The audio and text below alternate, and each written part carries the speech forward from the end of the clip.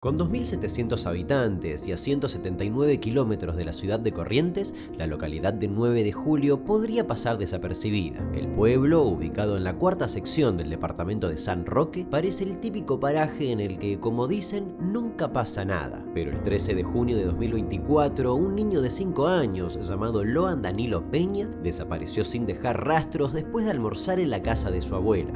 De pronto, el pueblo pasó a ser el único protagonista en una agenda mediática que no suele mirar mucho hacia el interior de Argentina. Ahí pareció ocultarse la respuesta al misterio. ¿Qué pasó con Loan? ¿Se perdió al ir a recolectar naranjas con adultos y otros niños o fue secuestrado? ¿O acaso se trató de un accidente que dio paso a un oscuro plan para ocultarlo? Hoy haremos un recorrido por el caso desde sus inicios hasta su primer aniversario, aún sin respuestas claras.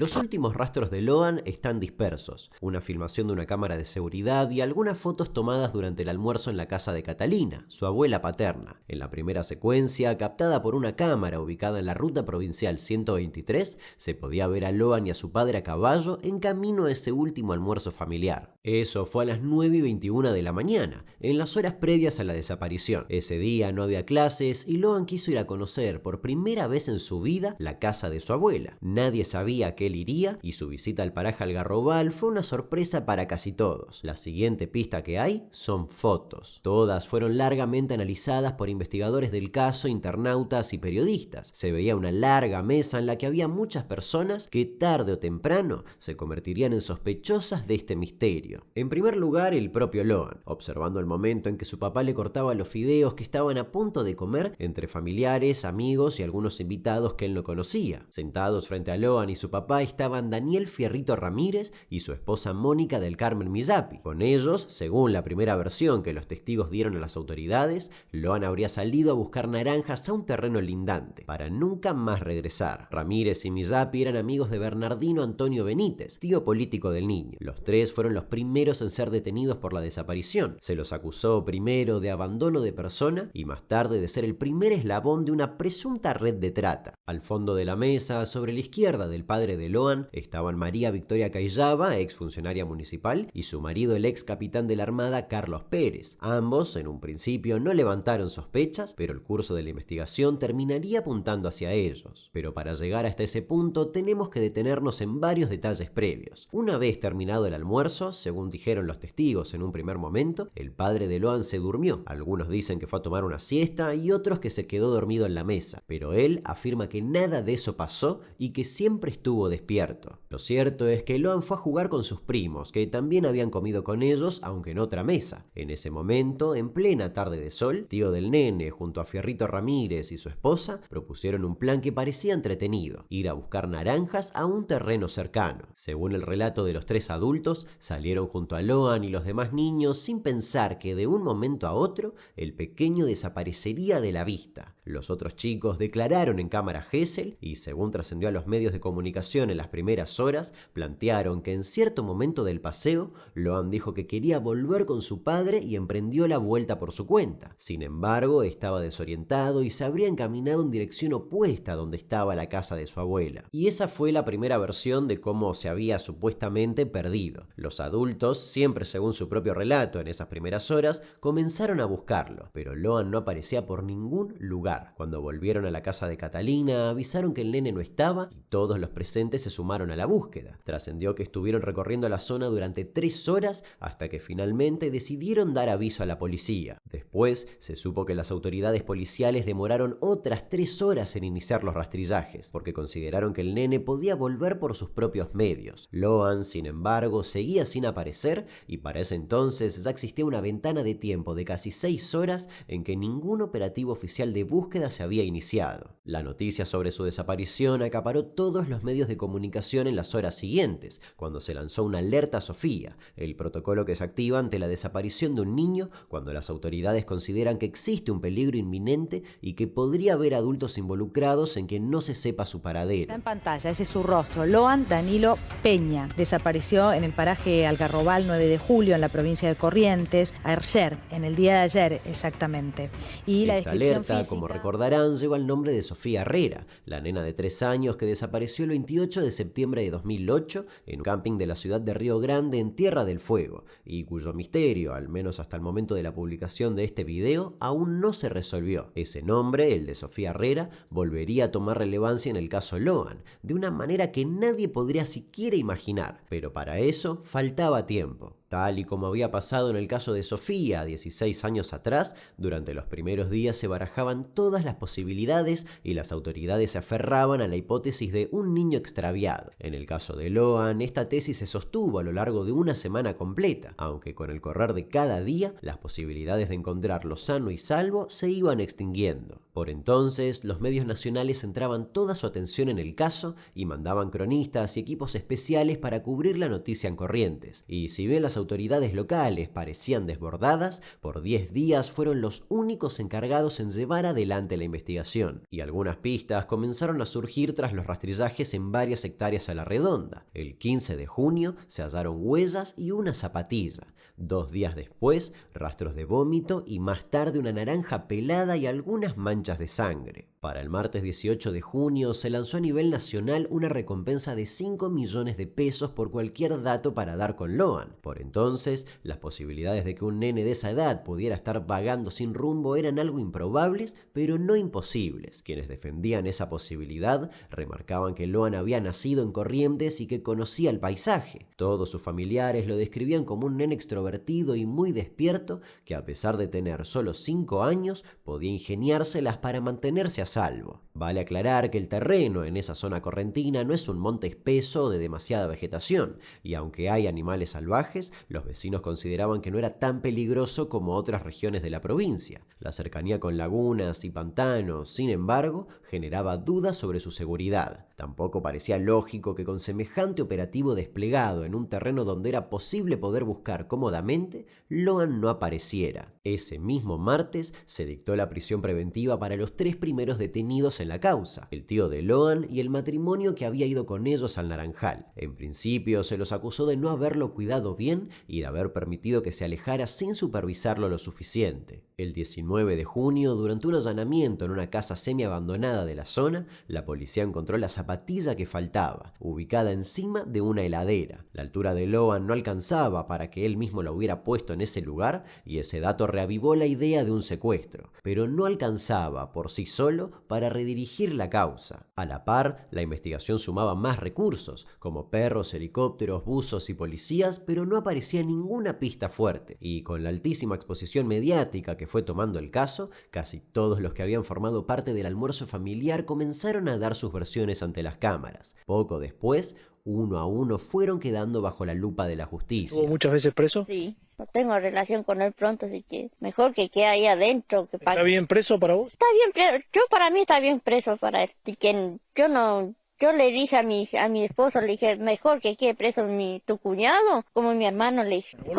¿Cómo vaya a hacer eso, pobre muchachito? Dentro de la familia directa de Loan surgieron cruces de todo tipo. El padre, uno de los últimos en verlo con vida, se fue desmarcando lentamente de la hipótesis de que su hijo estuviera perdido. Con el correr de los días y a través de su abogado, planteó sospechas sobre los demás invitados y mencionó un detalle específico. Contó que después de la desaparición, miró con atención el perfil de Facebook de su cuñado, el tío del nene y uno de los primeros detenidos, y remarcó que tenía muchas fotos con Loan y con otros niños en sus redes sociales. Esto sorprendió al padre, quien se encargó de remarcar que la relación con el marido de su hermana era cordial pero distante y que no le caía muy bien. También volvió a afirmar que Loan no conocía a casi ninguna de las personas de ese almuerzo y desmintió haber descuidado a su hijo después de comer. Dijo que escuchó a los niños jugando afuera de la casa, pero que en ningún momento le pidieron permiso para llevar a Loan a buscar naranjas. Y más dudas se sumaron cuando la madre de Loan, al 5.º día de búsqueda, comenzó a plantear abiertamente que alguien se había llevado a su hijo. Las palabras que voy a decir, hoy tengo un pálpito, hoy que Loan va a estar conmigo.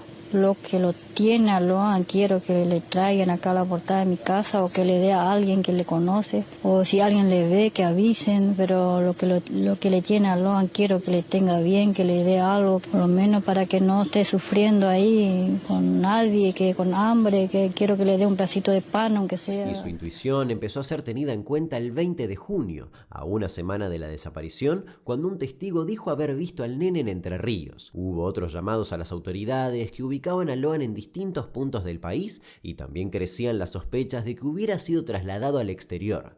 Todas esas líneas de investigación se terminaban diluyendo. Ante la falta de certezas y el tiempo que pasaba, empezó a cobrar fuerza que la desaparición hubiese sido un acto planificado y que muchas más personas de las que se creía hubieran colaborado. La trama que los policías y fiscales sostuvieron durante los primeros 10 días terminó por desmoronarse cuando la investigación dio un giro drástico con 3 nuevos detenidos. Uno de ellos, el comisario policial que hasta entonces llevaba adelante la búsqueda, y los otros 2, nada menos que la pareja de la funcionaria municipal y el militar, que de pronto irrumpían como los artífices de un secuestro con fines de trata de personas. Este cambio de rumbo a la investigación fue gracias a los perros rastreadores. Los fiscales de Corrientes, Juan Carlos Castillo y Guillermo Barri, ordenaron la detención de Carlos Pérez y María Victoria Cayllaba cuando los sabuesos encargados de seguir el rastro de Loan marcaron el asiento trasero del auto del matrimonio. Ahí, según el olfato de los animales, había estado el niño. Unos días antes de la detención, habían dado una entrevista. Vi un matrimonio, no sé los apellidos, porque yo ni los conozco. Me llamó la atención del hombre, parecía una persona que se pasó toda la comida haciendo comentarios sobre que la comida no tenía sal, que la comida no tenía esto, que no habían hecho pastelitos, que él cocinaba mejor. ¿Quién?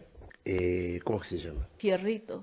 Bueno, el señor este que le dicen Fierrito. Estuve todo el tiempo sentado a la mesa. Estaba imposibilitado de salir de ese lugar. Era un lugar bastante ajustado, digamos. ¿Tuvieron algo que ver en la desaparición de Loan? Nada que ver, todo lo contrario. Confirmo todos los dichos de mi esposa. Tras 11 días de búsqueda, la hipótesis del rapto pasó a primer plano, y como si fuera poco, se sumaba un posible encubrimiento policial. El día clave fue el 21 de junio, cuando la justicia ordenó el arresto de no solo Cayllaba y Pérez, sino que también del comisario Walter Maciel. La desesperación que tienen ustedes la tengo yo y la tenemos todos. El mayor interesado que aparezca Loan soy yo y todos los que estamos trabajando. En este momento está el ministro, están todos, yo bajé acá para atenderlo a ustedes. Le pido por favor que sepan comprender que existe el secreto de sumario, que queremos seguir la línea investigativa y que sea lo mejor para todos. Señor comisario, yo le voy a preguntar una cosa. ¿Qué hacemos la familia que estamos en el campo, que ya nos estamos mirando entre todos? ¿Qué hacemos? ¿Nos vamos a nuestra casa o nos dan órdenes a dónde buscar ustedes? A ver, para organizarnos nomás, comisario. Si nosotros necesitamos de ustedes, toda la sociedad, le vamos a hacer saber cómo lo estamos haciendo y cómo lo hicieron desde el primer momento. Sabemos que todo lo que buscaron los muchachos, la policía, todo el trabajo. Nosotros no sabemos si ustedes le apretaron realmente a los 3, porque los 3 son los únicos culpables. Pero a los 3 le tienen que casar del cuello. Yo me voy a agarrar al cuello y le hago hablar. Porque puede ser mi hijo, su hijo. Si esto no se soluciona mañana pasado, van a ni hacer lo mismo, van a casar un nene y van a llevar. Comisario. Nosotros la apretamos, usted. Hasta ese momento, el policía había estado a cargo de la comisaría de 9 de julio y se supo que ejercía una autoridad fuerte en el pueblo. Cuando quedó bajo arresto, los vecinos comenzaron a hablar. Oficialmente, Maciel quedó en el ojo de los investigadores bajo la sospecha de encubrir, desviar y entorpecer la investigación. Trascendió que apretaba a vecinos de la zona para que no organizaran marchas y que además tenía una denuncia previa por abuso sexual a una mujer policía en otra localidad correntina. Pero la gente de la zona agregó otros datos que fueron publicándose en distintos medios, que 13 subalternos lo habían denunciado por malos tratos y que lo habían sorprendido tomando fotos de alumnos menores de edad en una escuela rural. Pero más allá de conjeturas y rumores, lo cierto fue que durante 10 días el comisario Maciel estuvo al frente de la búsqueda de Loan, y los fiscales comenzaron a sospechar que podría haber plantado pruebas, principalmente aquella zapatilla que había aparecido en la casa abandonada el 19 de junio, 2 días antes de que Maciel cayera preso. Y otro hecho inmediatamente anterior a estas 3 detenciones que vale recordar en este punto es que horas antes había hablado ante los medios el intendente local Hugo Insaurralde y dijo sentirse aterrado. Deslizó que la desaparición de Loan podría estar vinculada con el narcotráfico y pidió que revisen a la policía. El pedido se cumplió. Horas más tarde, Maciel era capturado. Y aunque las detenciones de un comisario, un exmilitar y una funcionaria local parecían abrir una trama de complicidades de mayor escala, para fines de junio aún no quedaba para nada clara la conexión entre el comisario y el matrimonio. Entonces, bajo la idea de que Loan podría haber sido secuestrado por Cayllaba y Pérez, los investigadores empezaron a reconstruir lo que hizo la pareja después del almuerzo. Desde el 22 de junio, la investigación apuntó casi enteramente hacia ellos y hubo excavaciones en el jardín de la casa de Cayllaba y y registros en todas las propiedades asociadas a ella y a su esposo. Esta pista llevó a los investigadores hacia Resistencia Chaco, donde el ex militar tenía una propiedad de la que secuestraron un arma, cargadores y cartuchos, además de un DVR con las cámaras de seguridad del edificio, celulares y huellas. Se supo que después del almuerzo ambos fueron hasta Resistencia, según ellos, para comprar una casa rodante. La duda estaba en averiguar si ese trayecto lo habían hecho con Loan a bordo de su Ford Ka y por motivos distintos a la compra de un vehículo. Durante el registro de las cámaras de seguridad surgió otra novedad. La pareja había hecho un segundo viaje a la capital chaqueña el 18 de junio. Hasta ese momento, ninguno de los dos había hablado sobre ese viaje y la situación generó inquietud entre los investigadores. Y a todo esto se le sumaba que la noche en que Loan había desaparecido, María Victoria Cayllaba habría sido atendida en la guardia del hospital de 9 de julio con una crisis de nervios. Este dato fue constatado en el registro de pacientes del centro médico y pasó a ser uno de los tantos puntos extraños en la cronología de acciones del matrimonio en las horas posteriores a la desaparición de Loan. Y conforme a la posibilidad de que todo esto estuviera ligado a un secuestro con conexiones a una red de trata, los fiscales correntinos se encontraron ante lo que ya parecía evidente. El caso los había desbordado. Por lo tanto, la red de trata a nivel internacional no puede estar fuera de la investigación. Los datos concretos que hoy tiene la jueza no indican una red de trata, pero no se ha investigado profundamente este circuito. Al ser la trata un delito federal, el caso debía pasar a otras manos. Y así, el 26 de junio, el caso quedó a cargo de la Justicia Federal con el fiscal federal de Goya, Mariano de Guzmán, a la cabeza. Así, los 6 detenidos fueron trasladados a diferentes penales del Servicio Penitenciario Federal del país. Cayllaba fue derivada a la Unidad 7 de Salta, mientras que el capitán Carlos Pérez, el tío Antonio Benítez, el comisario Walter Maciel y Mónica Millapi se alojaron en el complejo 3 de Güemes, también en Salta. Por su parte, Daniel Fierrito Ramírez fue enviado a la Unidad número 7 de Chaco. Bueno, ahí vienen los detenidos, ahí los estamos viendo, ahí vienen, voy a tratar de acercar el micrófono. ¿Tienen algo para decir? ¿Son inocentes? Mueve un poquito el micrófono. ¿Qué pasó con Loan? ¿Qué pasó con Loan? El mismo día en que el caso pasó a la justicia federal, el presidente Javier Milei y la ministra de Seguridad Patricia Bullrich tuvieron la primera reunión sobre el caso. Bullrich presentó un informe de todos los trabajos realizados hasta ese momento y los siguientes pasos en la investigación. Para ese entonces, la ministra había tenido una aparición fugaz que generó muchos comentarios. Propuso ir con equipos especiales para realizar radiografías a animales del monte y descubrir si un puma o un yacaré había devorado a Loan. Ahora voy a ir con todo, voy a ir con buzos, voy a ir con personal de montaña que estoy trayendo, de monte, no de montaña, de monte, voy a ir con buzos, voy a ir con equipos radiológicos para ver si la panza de animales, voy a ir con todo. Hay yacarés, hay pumas, hay de todo en la zona. La constante cobertura empezaba a pasarle factura a la calidad informativa y a las noticias que había, y pronto llegarían teorías más y más extrañas. Algunos abogados mediáticos empezaron a entrar a escena. Fernando Burlando anunció que representaría a la familia de Loan, a lo que renunciaría tan solo 2 meses después, mientras que Miguel Ángel Pierri asumió la defensa del comisario Walter Maciel. En paralelo, toda la familia fue citada a declarar, a excepción de la abuela. Así, los padres, tíos y primos de Loan fueron trasladados a Goya para prestar declaración testimonial. El operativo generó un gran impacto y se especuló con un enorme y sorpresivo giro en la causa. En los tiempos muertos, en que la noticia parecía no arrojar ninguna novedad que dejara satisfecha la necesidad y el morbo del público de saber más y más sobre el caso, se dijo de todo en la TV y en internet. Le prometió a San Antonio 3 pollos para su almuerzo. Entonces vos acá tenés que le prometió a la abuela Catalina 3 pollos y lo podés entender como qué es lo que ella tiene para cocinar ese día, o le está ofrendando 3 pollos a San Antonio. Y es que la desaparición de Loan remite lamentablemente a un amplio historial de niños desaparecidos en Argentina. Según datos de Missing Children, en el país hay actualmente 112 chicas y chicos cuyo rastro se perdió, en algunos casos, hace muchos años. Nombres como Sofía Herrera, Guadalupe Lucero o María Fernanda Aragunde también llamaron la atención mediática durante semanas o meses, pero nunca se resolvió hasta ahora qué pasó con ellos. Pero también han existido en la crónica policial argentina casos perturbadores de chicos secuestrados para ser sacrificados en ritos o cosas similares. Los crímenes de Marito Salto en Quimilí, Santiago del Estero y de Ramoncito González, también en Corrientes, resurgieron en los primeros días en que nada concreto se sabía sobre Loan. Algunos empezaron a apuntar a la fuerte presencia de espacios de veneración para San La Muerte en 9 de julio, la localidad donde había desaparecido el niño, y deslizaban que era posible que su secuestro tuviera como objetivo encomendarlo en un ritual pagano. Para los investigadores fue una posibilidad que rápidamente quedó atrás. Los padres de Loan tampoco se refirieron a una posibilidad así, pero su abuela, la misma de cuya casa el nene había desaparecido, sugirió la posibilidad de una explicación poco convencional. A fines de junio, en plena investigación y cuando algunas voces empezaban a señalarla como posible cómplice, Catalina planteó ante una cámara de televisión que a su nieto quizás se lo había llevado el pomberito. Por celular, porque el celular está captando todo, le sacaron todo el celular y yo hablo personalmente con usted, no va a salir por la radio ni por nadie. Claro. Estamos en vivo ahora, estamos en vivo para un noticiero. Estamos saliendo en vivo, señora. Estoy pensando ahora correr mi pensamiento por todos lugares, pero y no puedo conseguir lograr dónde está él. Claro. Catalina, ¿qué estaba pensando? ¿Qué se le vino a la cabeza? ¿Qué quiere decir? Y bueno, ya te digo que andaba acá por el campo y me dicen como lo dicen los de antes, que hay un bomberito que le lleva a las criaturas y le mete por los huecos de los árboles y no sé más nada, ya no sé qué decir. Perdón, Facundo, eso de los huecos en los árboles, ¿qué es? ¿Qué es eso del hueco en los árboles, perdón?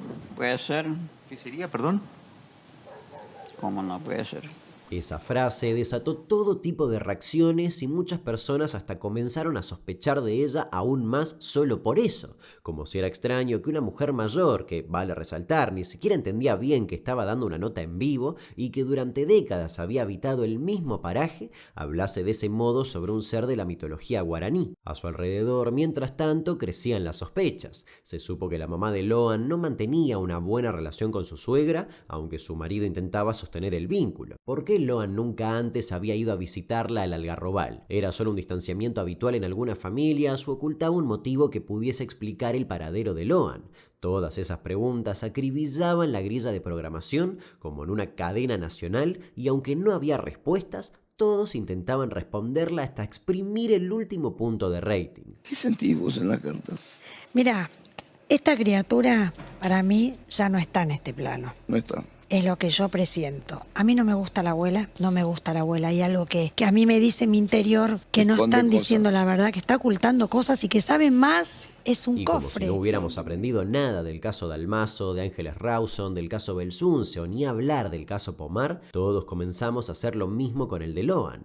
Nunca eran suficientes especulaciones. En internet y especialmente en Twitter pasaba lo mismo pero elevado a la enésima potencia. Además de internautas que dedicaban horas a analizar fotos y perfiles de redes sociales de los sospechosos, se sumaban tarotistas y videntes que decían saber qué había pasado con Loan. ¿Qué fue en realidad lo que pasó con él? ¿Quiénes son los implicados? Si el nene pues sigue aún con vida, vamos a ver qué será lo que tendrán que decir mis cartas, mis ángeles y mis ancestros. Vamos a ver. Cerré los ojos, pensé mucho en él y quise saber dónde estaba o qué le había pasado. Y bueno, lo que yo vi fue un hombre de espaldas que se lo lleva. Me hicieron varias preguntas sobre el caso Loan, que haga una lectura. Tengo muchísimas en el canal. La viejita esta que está acá, esta sabe un montón, se hace la tonta. Qué bárbaro. Los acuerdos también. La abuela es la enemiga. Que están diciendo que hable de Argentina. Con este niño perdido Loan, que es de Corrientes, es una provincia, 9 de julio en Corrientes, Argentina. Había quienes hablaban de que estaba vivo, cuidado por alguna familia y que regresaría con sus padres en una fecha específica que nunca se cumplió. Otros decían estar seguros de que el niño había sido víctima de un crimen, pero que el culpable siempre había estado en su círculo de confianza. Y todos los caminos volvían a conducir al hecho mencionado anteriormente, a la desaparición de Sofía Herrera. Entre Loan y Sofía pudo haber algo más que un simple paralelismo por ser dos niños buscados. En cierto momento, las imágenes de la hija del ex militar detenido llamaron la atención del público por su gran parecido físico con Sofía, y esto avivó toda clase de conjeturas. Aunque inicialmente María Elena, la propia madre de Sofía Herrera, descartó que se tratara de su hija porque insistía en que las edades y los rasgos rasgos físicos no coincidían, la audiencia hasta la acusaba de mentirosa. Y cabe destacar que en febrero de 2025 se cotejó una muestra de ADN de la adolescente, hija del detenido, con los padres de Sofía y se demostró que no había vínculo sanguíneo alguno entre la joven y la familia Herrera. La búsqueda de Loan, mientras tanto, seguía su curso. Con el tiempo, los nombres de Pérez y Callaba habían sido desplazados por otro que se transformó en el centro de todos los debates, Laudelina Peña, la tía de Loan. Y es que el 29 de junio, después de 15 días de silencio, ella, junto a su entonces abogado José Codazzi, fue a hacer una confesión que prometía cambiar completamente el rumbo de la causa hasta ese momento. A las 3 de la madrugada y en apenas media hora, Laudelina contó en detalle lo que, según ella, era toda la verdad. Dijo que aquella tarde en el Algarrobal acompañó a su esposo Antonio Benítez y a los niños hasta una tranquera. La abrió, pero no siguió con ellos hasta el Naranjal, sino que volvió sobre sus pasos con la intención de regresar a la casa de la abuela Catalina. Pero entonces escuchó una frenada y un golpe. Así se habría convertido en testigo de un accidente que derivó en un crimen. El matrimonio compuesto por Pérez y Callaba había arrancado la camioneta y al acelerar no vieron que Loan se cruzaba en el camino. Según Laudelina, lo habían atropellado y el niño quedó tendido en el suelo, muy malherido. También dijo presenciar cómo Pérez lo levantaba y lo metía en el vehículo, en obvia actitud de ocultar lo que había pasado. En ese momento, el matrimonio vio que Laudelina los estaba observando y le aseguraron que llevarían a Loan al hospital, pero todo era mentira. Según la tía, volvieron un rato después, ya sin Loan, y la amenazaron de muerte. Si decía lo que había visto, se vengarían de ella y de toda su familia. Teniéndola controlada, cuando comenzó la búsqueda del niño, le ordenaron que plantara pruebas, entre ellas la primera zapatilla encontrada en el barro. La reacción inmediata ante esta revelación fue, por un lado, la detención de la tía por haber encubierto el hecho y desviado la investigación, pero también un despliegue mayor de recursos para dar de una vez por todas con Loan. Entonces empezó a cobrar fuerza otra posibilidad aún más retorcida que la del accidente, que Laudelina estuviera mintiendo en su declaración y que aquello fuera otro intento más por llevar las pesquisas hacia un callejón sin salida. Eventualmente, una de las hijas de Laudelina, Macarena, prima de Loan, aseguró que su madre efectivamente había mentido al declarar lo del accidente y que por hacerlo le habían ofrecido un auto y una casa. Pero entonces las preguntas cambiaron. ¿Quién estaba detrás de todo y de dónde salían los recursos para esconder la verdad? Y que me cuiden a mí y a mis hermanos. Tengo mucho miedo, quiero que nos saquen de acá, que nos lleven a otro lugar. ¿Querés irte de Corrientes? Sí. Tengo miedo por mis hermanos. Y así los meses fueron pasando, los medios comenzaron a cubrir de forma menos constante, la causa se fue ralentizando y las novedades, ya con 7 detenidos de futuro incierto, entre ellos la propia Laudelina, terminó quedando cada vez más atrás en la agenda mediática. Nada parecía acompañar para que el caso se resolviera y el interés popular paulatinamente también fue bajando. Todo parecía indicar que el caso de Loan se convertiría en otro de los tantos niños de la historia policial argentina cuyas desapariciones nunca terminan de aclararse. Pero aún faltaba más. Algunos días después de la desaparición de Loan, había llegado a Corrientes, entre decenas de periodistas y policías, un hombre llamado Nicolás Gabriel Soria. El 9 de julio, un pueblo ya acostumbrado a recibir visitantes que querían adentrarse en el caso, escucharon la historia que Soria contaba. Decía ser agente de la CIA y haber trabajado para Interpol y la DEA. También dijo integrar una ONG internacional que luchaba contra la trata de personas. Y como esa era una de las hipótesis que se venía imponiendo en la investigación, aquel agente al que comenzaron a llamar el americano parecía ser un aliado estratégico. Su acento híbrido entre un rioplatense de nacimiento y un poco del inglés que hablaba en Miami le hicieron ganarse la confianza de algunos miembros de la familia Peña. Soria parecía tener todo bajo control. Iba a todos lados con custodia, se movía en autos de alta gama y paseaba por los tribunales de Goya como un funcionario más. Pero no era nada de eso, ni siquiera agente de inteligencia. El 15 de septiembre de 2024 todo cayó. La jueza Cristina Poser Penso ordenó detener a 10 personas, entre ellos a Soria, por entorpecer la investigación y haber intentado incidir en el testimonio de personas de la familia Peña. Algunos eran integrantes de la ONG Lucio Dupuy, en homenaje al nene asesinado por su madre y la pareja de ella, y también tenían conexiones con otra organización fundada por un activista estadounidense llamado Tim Ballard, Tanto la ONG como su líder fueron varias veces cuestionados por algo estremecedor. Aunque se presentaban como un grupo de lucha contra la explotación sexual infantil, fueron implicados en casos de abusos y estafa. Pero, ¿qué tiene que ver la desaparición de Loan en Corrientes con esta confusa trama a nivel global? Lo cierto es que por el momento no se sabe. Durante los primeros meses de 2025, el caso se sumió en un cierto silencio, entre la poca atención mediática y el avance, ahora de bajo perfil, de la investigación oficial.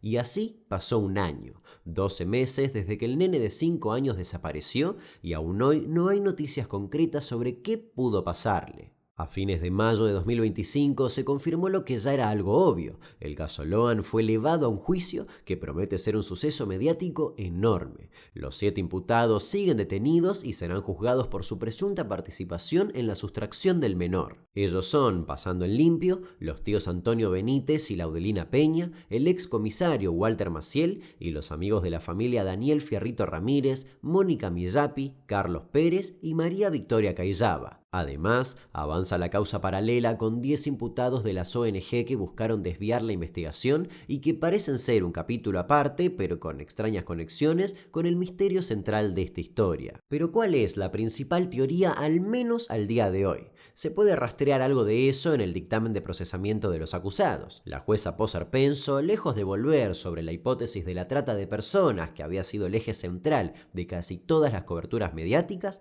se inclinó sobre aquella declaración de Laudelina, la posibilidad de un accidente. Para la jueza, en una resolución de 1000 páginas, se impone la posibilidad de que cierto sector de la familia Peña se haya organizado para ocultar la muerte accidental de Loan. Esto abre la posibilidad de un oscuro pacto de silencio para ocultar lo que pasó aquella tarde en las inmediaciones del Naranjal. Pero esa tesis, vale aclarar, no es aceptada por todos. Cuando la Cámara Federal de Corrientes ratificó el procesamiento de los imputados, dio a conocer diferencias con lo planteado por la jueza. Los jueces Selva Spessot, Ramón Luis González y Mirta Sotelo se mostraron escépticos con los argumentos esgrimidos para sostener la teoría del accidente seguido de un secuestro. A un año de la desaparición de Loan, todas las posibilidades parecen abiertas, casi como el primer día. El juicio quizás aclare las principales preguntas del caso, o por el contrario, abra un nuevo episodio en este largo proceso judicial que busca saber de manera clara y con pruebas contundentes qué le pasó y dónde está Loan Peña.